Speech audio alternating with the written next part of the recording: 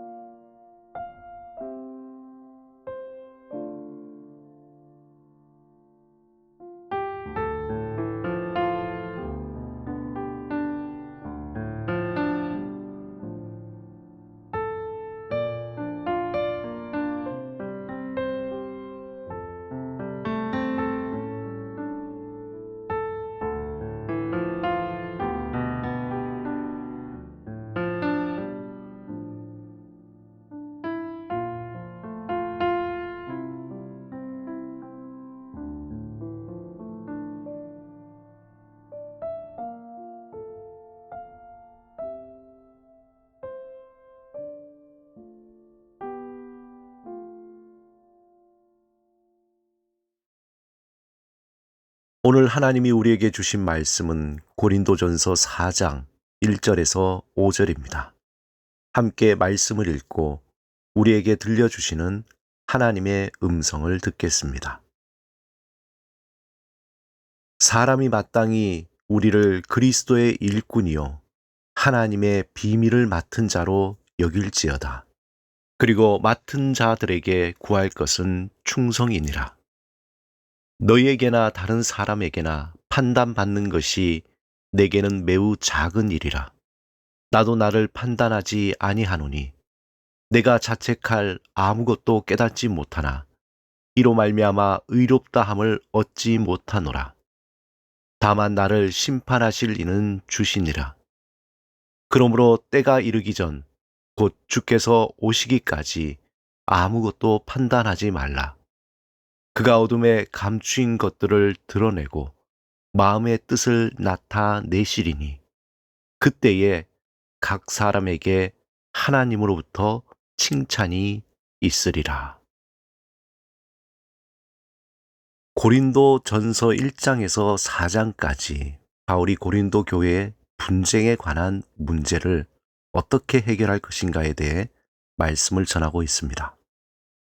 바울은 교회에 일어난 문제뿐만 아니라 인생의 여러 가지 문제를 복음의 관점에서 바라보고 그 문제를 해결하기를 원했습니다. 어떤 문제에 접근할 때 관점이라는 것이 매우 중요합니다. 예수 그리스도 밖에 있을 때는 세상의 관점으로 삶의 모든 문제를 바라보지만 이제 예수 그리스도 안에서는 복음의 관점으로 문제를 접근해야 합니다. 복음의 관점으로 문제를 바라보고 해결한다는 의미는 복음의 핵심인 사랑의 관점으로 바라본다는 의미입니다. 우리 앞에 놓여 있는 수많은 일들은 다양한 관점으로 바라볼 수 있습니다. 그 문제를 세상의 관점으로 크게 세 가지로 바라봅니다. 첫째는 돈의 관점입니다. 모든 문제를 경제적인 논리로 풀어가려는 것입니다. 둘째는 권력의 관점입니다. 모든 문제를 힘의 논리로 풀어가려는 것입니다. 세 번째는 쾌락의 관점입니다. 이러한 관점은 모든 문제를 인간의 본능적인 욕구를 해결하는 관점에서 문제를 풀어가려는 것입니다. 하지만 예수 그리스도 안에서 복음의 관점으로 문제를 접근한다는 것은 하나님이 이 세상을 바라보는 방식으로 풀어가려는 것입니다. 그 핵심은 사랑입니다. 요한복음 3장 16절에 하나님이 세상을 이처럼 사랑하사 라는 구절이 하나님의 관점입니다. 하나님이 이 세상을 이처럼 사랑하셨기 때문에 인간의 죄와 구원에 관한 문제를 풀기 위해서 독생자 예수를 십자가에 내어 주시기로 하신 것입니다.